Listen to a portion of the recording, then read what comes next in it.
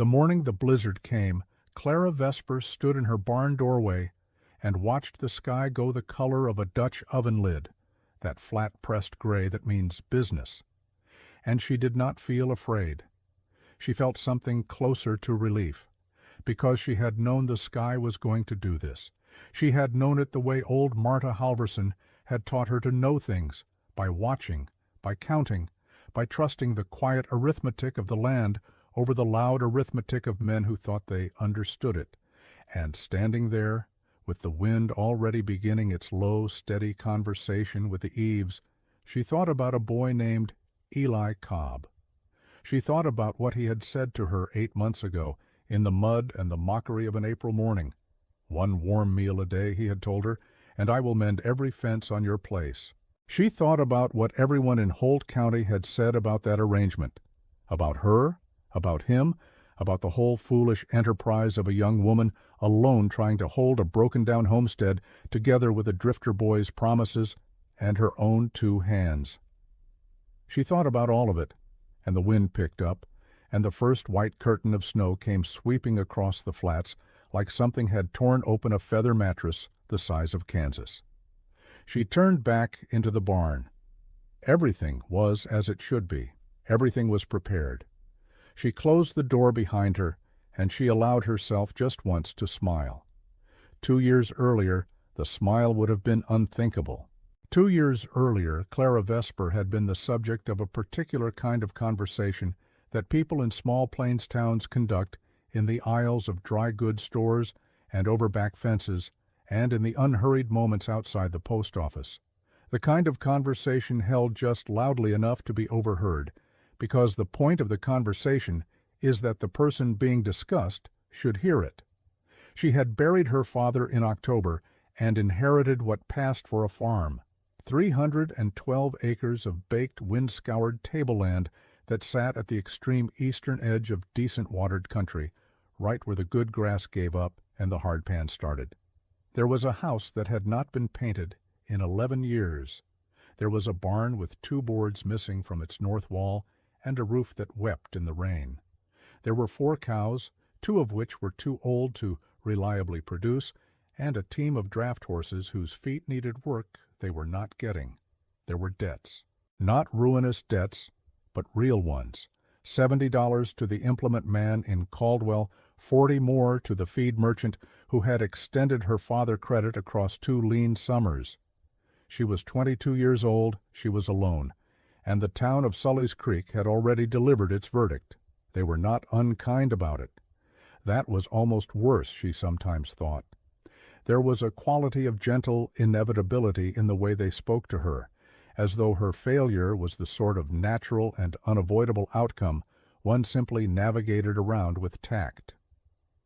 Harlan Druce, who owned the largest grain operation in the county and sat on the bank's loan committee, told her directly, though he dressed it in careful words and a look of fatherly concern, that a young woman in her position would be doing herself a service by considering her options before another winter arrived. He had, he said, some interest in the East Quarter if she found herself needing to simplify matters. He said simplify. She thanked him and rode home on the wagon seat with her jaw set and her hand steady on the lines, and she did not cry until she was inside the house with the door latched. It was Marta Halverson who found her there, or rather, who knocked until the crying stopped and Clara opened the door. Marta was 67 years old, a Norwegian woman who had come over as a girl and worked the same quarter section of ground for 40 years through conditions that had broken younger, larger, better-funded operations all around her. She was small and wide-shouldered, and she carried herself as though gravity were a thing she had personally negotiated with and arrived at an agreement. She sat at Clara's table, and she poured 2 cups of coffee, and she said, without prelude or particular softness, that land does not care who owns it. It only cares who listens to it, and the people who listen longest are the ones still there at the end. She did not say anything else of a philosophical nature that evening. What she did say was practical. Clara's cows were on the wrong ground. The East Quarter, which Harlan Druce wanted so badly, sat low enough to hold the spring seep. That ground would hold grass in July when the upland was bare dirt. If Clara ran her cattle on the upland now and saved the east quarter for the dry months, she would still have grazing in August when every other operation in the county was cutting early and praying. Clara listened. She was not a woman who confused listening with agreeing, but she knew the difference between advice, born of self-interest, and advice born of knowledge. And Marta Halverson had no self-interest in this conversation at all. She went home and did exactly what Marta had said. The following April she was in Sully's Creek to price wire at the hardware when she saw the boy sitting on the steps of the freight office with his hat on his knees, and a look about him that she recognized, because she had seen it in her own mirror, the look of a person running the numbers in their head and finding that the numbers do not add up. He was perhaps 17, though he carried himself as though he were trying to seem older, and he was thin in the way that means not enough meals over not enough months. His name, she learned eventually, was Eli Cobb. He had come up from somewhere in the Oklahoma Territory following wheat harvest work that had dried up by March, and he had arrived in Sully's Creek with 12 cents and the clothes he wore and a reputation for nothing, because nobody there knew him well enough to have formed one. She would learn later that 3 different farm operations in the county had already turned him away, too young, too slight. A boy with no backing and no name and no evident reason to be trusted. One man had told him with great frankness that he did not hire strays. This was the situation and the general community assessment of Eli Cobb when Clara Vesper sat down on the step beside him and asked him what he could do. He said he could mend fence, drive team, dig post, haul water, repair tack, and split wood, and that he was stronger than he appeared, which was a thing she elected to verify in the coming weeks rather than take on faith. She told him what she had. She told him plainly about the debts, the condition of the buildings, the work that needed doing, the work that she had already done alone, and the work she could not get to. She was honest in the way that people are honest when they cannot afford the cost of a pleasant fiction.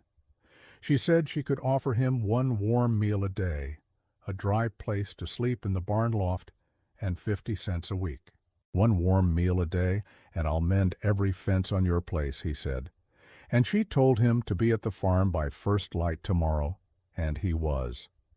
The town found out, as small towns do, within approximately 48 hours. The conversation that followed was largely conducted as if neither Clara nor Eli could hear, though they heard most of it, or enough of it. The polite version was that it was irregular. The less polite version, as delivered by a woman named Odessa Potts in the manner of someone sharing a concern rather than a judgment, was that a young woman keeping a vagrant boy on her property was the kind of arrangement that ended with one or the other of them ruined, and probably both.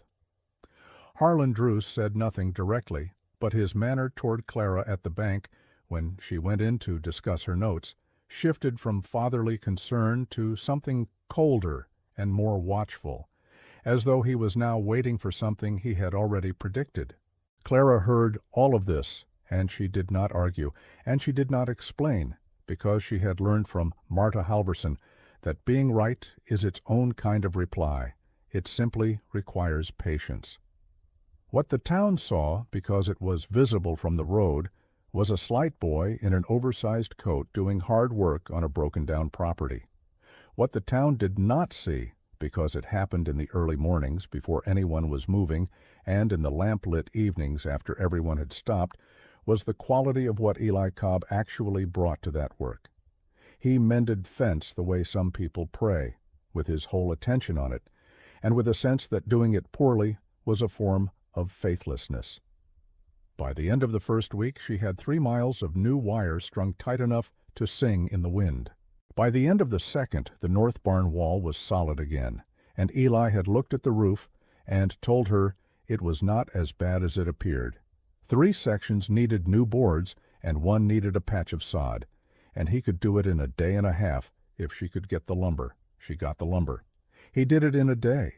He had a specific genius for looking at a broken thing and reasoning backward from what it was supposed to do to what needed changing, and he applied this to the barn, to the harness, to the south pasture fence, to the hand pump that had been pulling air on its upstroke for 6 months. He was not given to self-congratulation about any of it. He fixed a thing, stepped back, regarded it briefly in the manner of a man checking arithmetic, and moved to the next thing. In the evenings, he ate at her table, and they talked about the work, what needed doing next, what the cattle were showing them, what the sky was promising. He was not a talker by nature, but he was a listener, and he asked questions that told her he was actually thinking rather than simply waiting for his turn to speak. She came to value this more than she would have expected. The cattle on the East Quarter were doing what Marta had predicted. By June, when the upland pasture was burning off to a pale, exhausted yellow, the low ground along the seep was still green, not lush, not extravagant, but real, working grass, the kind that puts weight on an animal. Clara rode through her herd on a Thursday morning and estimated what she saw, and then she rode back to the house and sat at the table with a pencil and a piece of paper, and she did the arithmetic 3 times, because it seemed too good to believe, and she wanted to make certain she believed it for the right reasons. Her 2 producing cows were healthy and gaining. The 2 older cows, which she had half expected to lose through the winter, were holding their condition on the preserved grass. She had not yet needed to buy supplemental feed, which meant the $40 she had put aside for that purpose was still there, sitting in the tin box on the shelf above the stove, doing nothing except being $40. She sat with this for a while, then she put the pencil down and went outside and told Eli they were going to add fence line on the south side of the low pasture to bring in another 12 acres. She had been leaving idle, and he said that made sense, and they started the following morning. The summer was hot. That was the word people used in Sully's Creek, but it was the wrong word. Hot is a season, hot is expected, hot is a thing you plan for and endure. What that summer was, as Marta Halverson told Clara one afternoon in July while they stood at the edge of the dry creek bed and looked at where the water used to be, was thirsty. The land was thirsty in a way that went past the soil and into the rock beneath it. The creek had been dropping since May. By July it was a memory and a channel of pale stones. Ponds that had been reliable for 20 years were mud, then cracked earth, then nothing. It was the kind of drought that arrives without announcing itself and leaves without apologizing, and it was ruining things with a quiet, comprehensive efficiency that the people of Holt County would talk about for a generation. Operations that had kept 24 head were selling down to 6, to 4, to nothing, because there was nowhere to water and nothing to graze, and the cost of hay was climbing past what the arithmetic would support. Harlan Druce was buying cattle at a price that insulted the animals, and he was buying land at a price that insulted the people, because he understood that desperate men sell to whoever is present and waiting, and he had made sure to be present and waiting. He bought the Anchor Place in July. He bought 2 quarter sections east of town in August. He made Clara an offer on her East Quarter, a better offer than before, she noticed, which told her something about how badly he wanted it, though she did not let the observation reach her face. She thanked him and declined. He told her, with the patient concern of a man who already knows the end of the story, that ground that has water now will have buyers competing for it later, and that she might find the price less favorable when things recovered. It was not quite a threat. It was a thing balanced precisely on the edge between advice and warning, and she recognized the balance for what it was. What Harlan Druce did not know, and what Clara had been careful not to put in anyone's way of knowing, was that the seep on the East Quarter was not only still running, it was running with an unusual reliability that had begun to seem, in the context of the disaster surrounding it, almost miraculous. The source was deeper than the surface creeks, fed by something underground that the drought could slow, but had not, in 8 weeks, succeeded in stopping. The water was a thin ribbon, nothing dramatic, but it was enough. Enough for the grass, enough for the cattle. Enough, if she managed it carefully, for the whole summer. She had been managing it carefully. She and Eli had been moving the cattle in rotation, 3 days on and 3 days rested, letting the grazed sections recover enough to hold the ground together, because grass roots are what keep a seep-fed meadow from becoming a patch of bare mud, and bare mud does not come back quickly. This required the kind of daily attention that leaves no room for anything else, and they gave it that attention. Some mornings she rose at 4 to check the rotation and adjust the temporary fence line before the heat arrived, and Eli was already out there when she reached the pasture, having risen before her without being asked, having understood without being told that this was the thing the day required. In August, a cattle buyer named Thomas Reyes came through Holt County on his route from Dodge, and he came specifically to see whether there was anything worth buying in the wreck the summer had made of the local herds. He came to Clara's farm because Marta Halverson had told him, matter-of-factly, that there was good cattle on the Vesper place, and Marta's word on cattle was worth more than most men's written contracts. He stood at the fence line of the east quarter on an afternoon when the temperature was testing a man's belief in the basic decency of the universe, and he looked at Clara's cattle standing in grass that had no business being green in that particular August, and he took off his hat, and he said slowly and with genuine feeling, "I have not seen a pasture like this in this county in 12 years.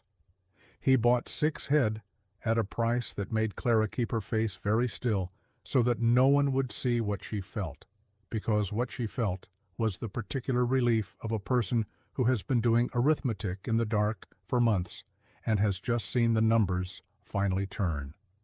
The sum cleared her remaining debt to the implement man with $20 remaining.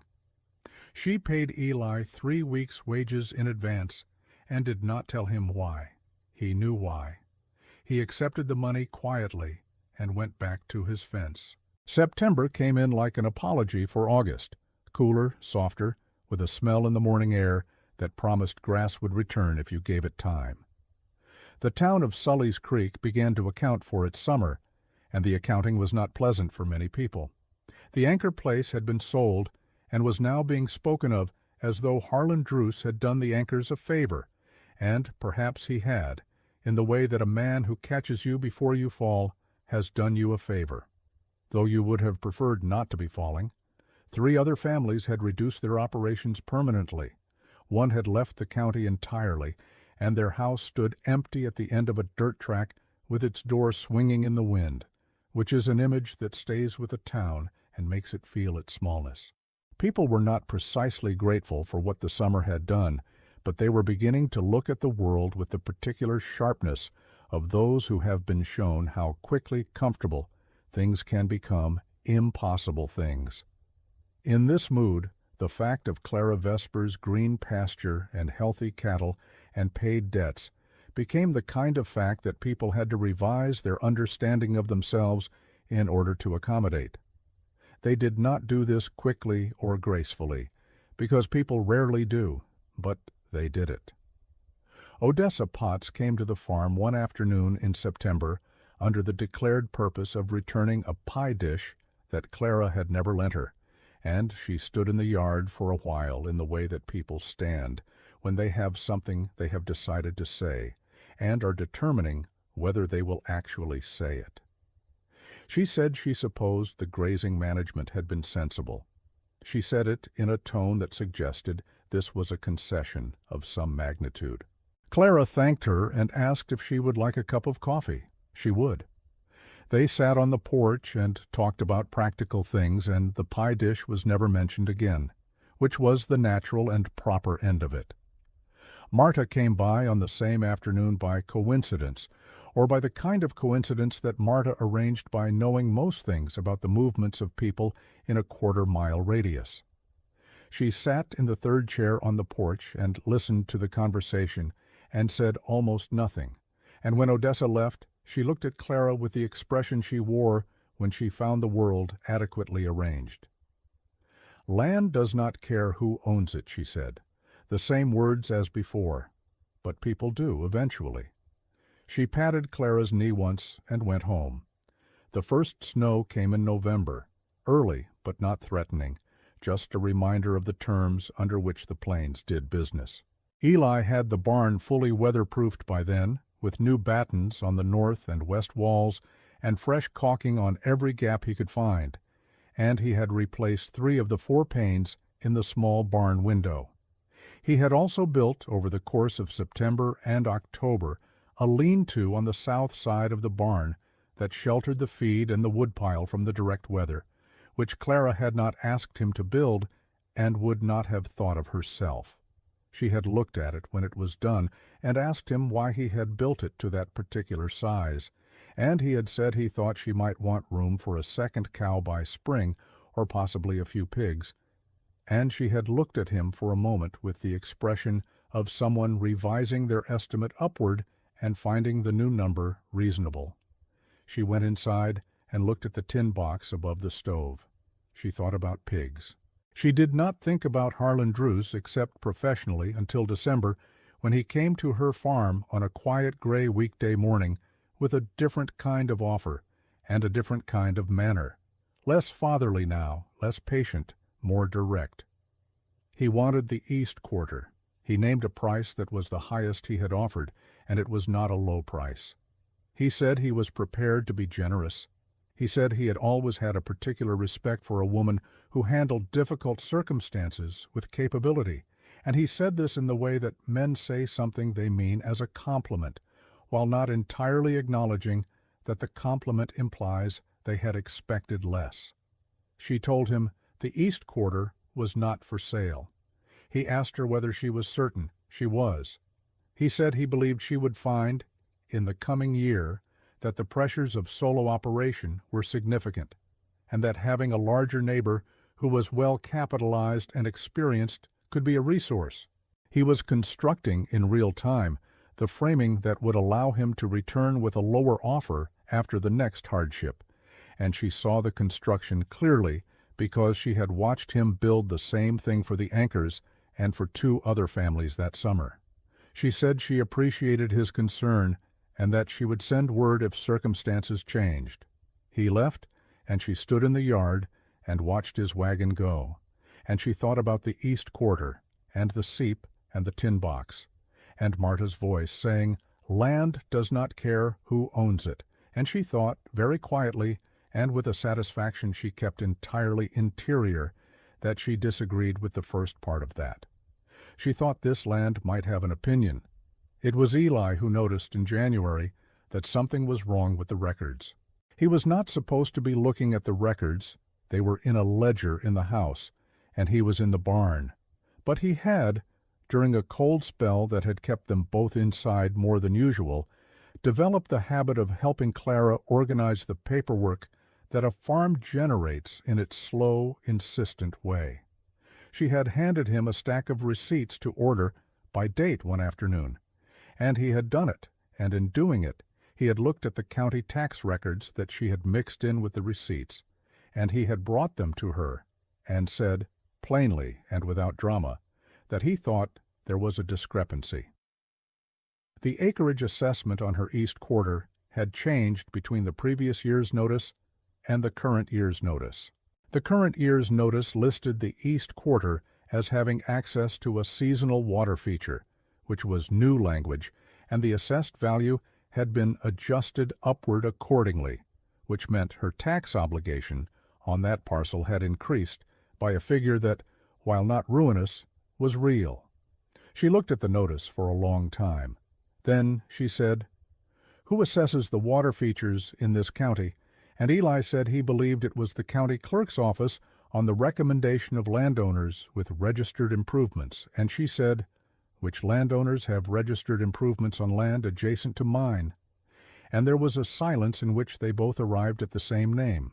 She put on her coat and went to see Marta Halverson. Marta listened to the whole account without interrupting, which was unusual for her, and when Clara finished, Marta was quiet for a moment, and then said that, in her experience, a man who knows the exact productivity of a parcel of land he does not own is a man who has been paying closer attention to it than he has let on, and a man who adjusts the tax burden on a neighbor's most valuable acre is a man who is hoping the neighbor cannot manage the increase and will decide to sell. This was not, she said, an illegal thing in itself. It was a strategy. But there was a question of whether the assessment had been submitted through proper channels or had arrived through a more direct relationship between the assessor and the interested party. She suggested that Clara go to the county clerk's office and ask, with great specificity and great politeness, exactly who had initiated the water feature notation and when. Clara went. She went on a Tuesday morning, and she took Eli with her, because he had a good memory for numbers, and she wanted a second pair of ears. The county clerk was a man named Aldous Fitch, who was thorough in his work and not particularly aligned with any commercial interest in the county, which made him useful. She asked her questions politely and specifically. Aldous Fitch went to his files with the air of a man who had not expected a Tuesday to become interesting, and found, after a brief search, that the water feature notation on her east quarter had arrived not through a formal survey request, which was the standard method, but through an informal letter from a registered landowner citing observed conditions on adjacent properties. He showed her the letter. It was on stationery she recognized.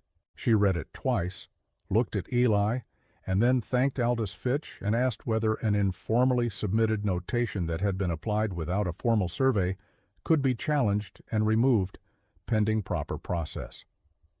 Aldous Fitch considered this and said that it could, provided the challenger submitted a written request and was prepared to have a formal survey conducted. Clara said she would like to submit that request today. Aldous Fitch provided the form. She filled it out at his desk, with Eli reading each line before she wrote it. And she left the office with a copy and a scheduled survey date in March. And she walked down the street in the January cold with a feeling she could not immediately name, and then could. It was the feeling of a thing becoming fair. She said nothing to Harlan Druce. She did not need to. The survey was conducted in March by a county-appointed man who found, as surveys do, exactly what the land contained, no more and no less. The water feature was real, and the notation was not entirely wrong, but the formal assessment of its seasonal reliability, which the letter had characterized as year-round, was shown by the evidence to be an overstatement. The adjusted assessment was reduced to something that reflected what the land actually did rather than what it was desired to be doing. The tax increase was reversed. The notation remained, accurately amended. Harlan Druce said nothing at all about any of this publicly, which was a particular kind of speaking. The town noticed his silence the way towns notice all significant silences, completely, and with the specific intelligence of people who have known each other long enough to read the gaps. And then, in late March, came the news that Eli Cobb had received from 2 different people in the same week, and brought to Clara in the manner of a man delivering information that he is not certain is welcome. Word from the territory that some family of his, a grandmother and a younger sister, had lost their situation and were in uncertain circumstances. He said it simply, and he looked at the table when he said it, not at her, which was how she knew he was asking without asking. She told him to go. She said it directly and without hesitation, because she meant it. She told him the farm would be here when he got back. He looked at her then. He asked how long she could manage. She told him she had managed before he arrived, and she expected she could manage while he was away, and that the fences were all mended, and the barn was tight, and the cattle were on good ground, and that Marta Halverson was 50 yards away, and had opinions about everything, which had generally proven useful. He laughed, which was not a common event, and the laugh was surprised and real, and it changed his whole face, in a way that made him look, briefly, like someone who had not been carrying 12 months of weight. He left on a Thursday. He was back in 6 weeks with his grandmother and his sister, a girl of 11 named June, and a look about him that was different from any look he had worn before. Not lighter exactly, but settled, as though something that had been unresolved inside him had been resolved. June was a serious child who attached herself to the farm's operations with a thoroughness that suggested she had been waiting for exactly this kind of thing.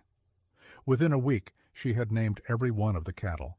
She had named the 2 older cows after flowers and the 2 producing cows after women she apparently respected, and the 6 new calves, Clara had, in fact, expanded the herd in March, because the arithmetic had supported it, after what she described as qualities she admired. So there was now a calf called Steadfast, and one called Patience, and one called Forthright, who showed no sign of living up to the name and had to be watched near the fence.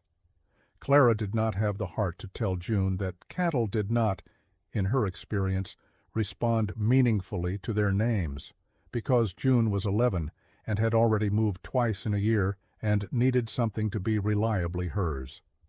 Let the calf be called Steadfast. Let the girl have her naming rights. This is not a large thing to give. This is where the story returns to the morning the blizzard came, because the blizzard did not arrive without warning, and Clara was not caught without preparation. She had watched the sky for 2 weeks. She had watched it the way Marta had taught her to watch, not for drama, but for arithmetic. The 2 warm afternoons in late October, the stillness that preceded motion, the creek running clearer than it should, which Marta said was the aquifer breathing out before it breathed in. She had hauled feed and extra water for 4 days before the snow began. She had brought the cattle in from the pasture on the 2nd day of her preparations, which prompted Eli to look at the sky himself and say, with the care of a man who wants to be respectful of the person who signs the meal tickets, that he wasn't sure a storm was coming. She told him she wasn't sure either, but that she was sure she would rather move the cattle twice unnecessarily than once too late. He said that was sensible.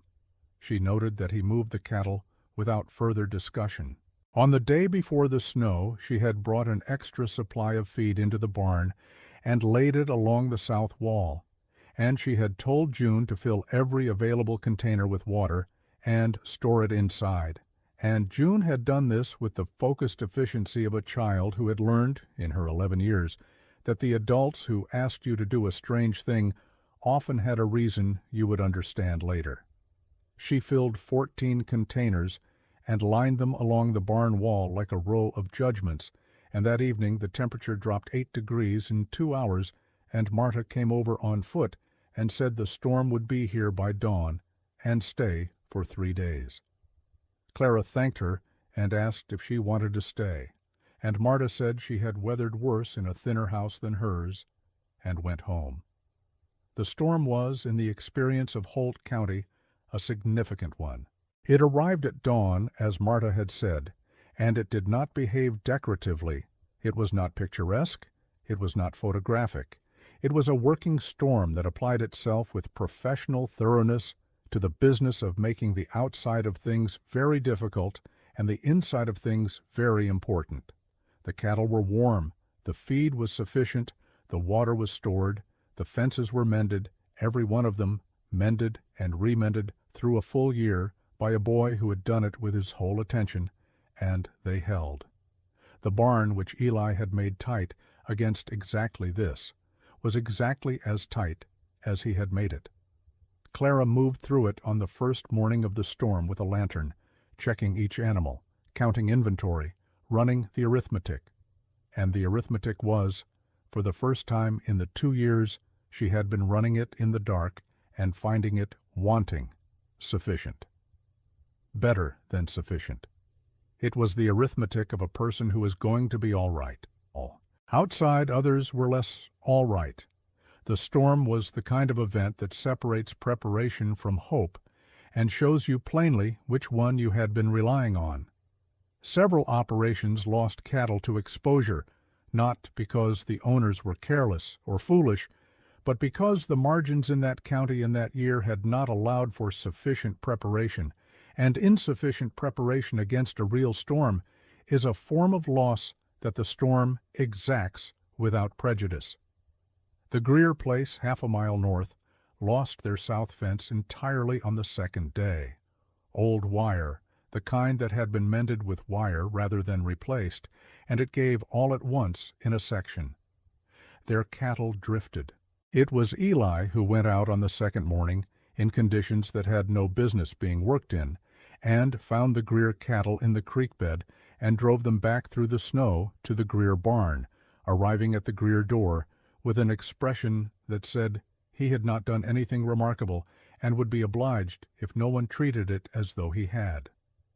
Tom Greer wrung Eli's hand for a long time and said nothing, which was an appropriate response to the situation. When he could speak, he said he did not know how to repay it.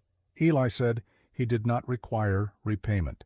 He said the fences would need proper wire in the spring if Tom could afford it, and if he couldn't, to come and talk about it, because they might work something out.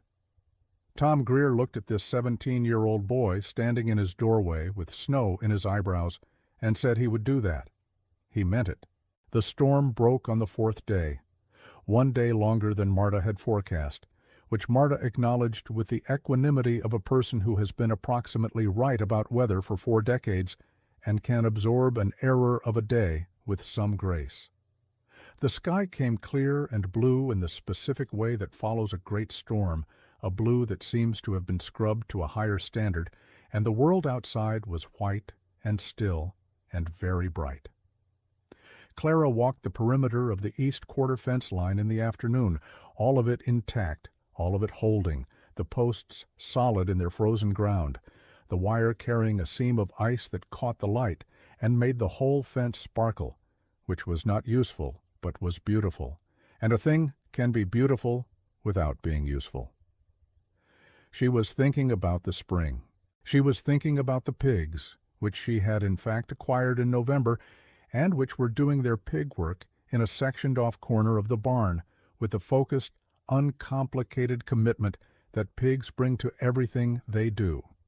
She was thinking about the south field, which she and Eli had spoken about putting into oats, because the soil there was heavier and held moisture longer, and oats were a thing the county was short of after the summer's disruption. She was thinking about the arithmetic, which was, for the first time, the arithmetic of addition rather than subtraction. Harlan Druce's barn had lost a section of roof in the storm. This was not a disaster for a man of his resources, but it was an inconvenience that required labor, and the labor situation in the county in the week after the storm was complicated by the number of people who needed things done simultaneously. Clara heard about it from Marta, who heard about it from the specific atmospheric layer of information that Marta inhabited, and that conveyed all relevant county events directly to her. Clara thought about it for a day. Then she sent Eli to offer Druce the use of his time for 3 days to help with the roof repairs at standard day labor rates, no charity, just work fairly offered and fairly paid. Eli went. He came back at the end of the 3rd day with the money and a slightly different look than he had worn going in. Not quite surprise, but something adjacent to it, the look of someone who had expected one kind of conversation and received a different one. He said Druce had asked him to tell Clara that he considered the East Quarter business resolved and that he had no further interest in that particular parcel. Eli said this carefully, watching her face. She nodded. She said, that was gracious of him. She meant it, or close enough to it. She put the labor money in the tin box above the stove and stood looking at the box for a moment. It was heavier than it had been in any October she could remember. She had her hands around it, and she could feel the weight of what was inside and what it represented, and she set it back on the shelf and went to put supper on, because it was supper time and there were people to feed. That evening Marta came for supper, as she had begun to do on Fridays, and June sat across from her and told her at length about Steadfast the calf and the relative merits of the other 5 calves and their names. And Marta listened with the patient attention she gave to all things that mattered to the people she loved, which was one of her defining qualities and one of the reasons Clara would miss her in the years that followed, with a specific and lasting grief. But that was later. That evening there was lamplight and warmth and the smell of biscuits and the sound of June explaining with great seriousness why Patience had a better temperament than Forthright, and Eli eating with the quiet concentration of someone who had been very cold for 3 days and was now very warm, and Marta holding her coffee cup in both hands and looking at the room with the expression she wore when she found the world adequately arranged. Clara brought the biscuits to the table, and she looked at all of them, the old woman, the boy, the girl, the warm room, the full shelves, the barn full of sound animals on the other side of the yard, and she thought about what it had cost to arrive at this particular evening, and she thought it had cost exactly as much as it was worth. Not more, not less. Exactly as much. The land had demanded what it demanded, and she had paid it in full, in early mornings and cold figures, and the particular patience of a person who knows that being right requires only that you stay long enough to let it matter. She sat down. She passed the biscuits. Outside, in the bright silence left by the storm, the prairie lay still and white under a sky that was going to be stars by 9 o'clock, and the east quarter fence sparkled in the last of the light, and somewhere in the south corner of the barn a calf that had been named Steadfast stood in clean straw and was perfectly, quietly, abundantly that.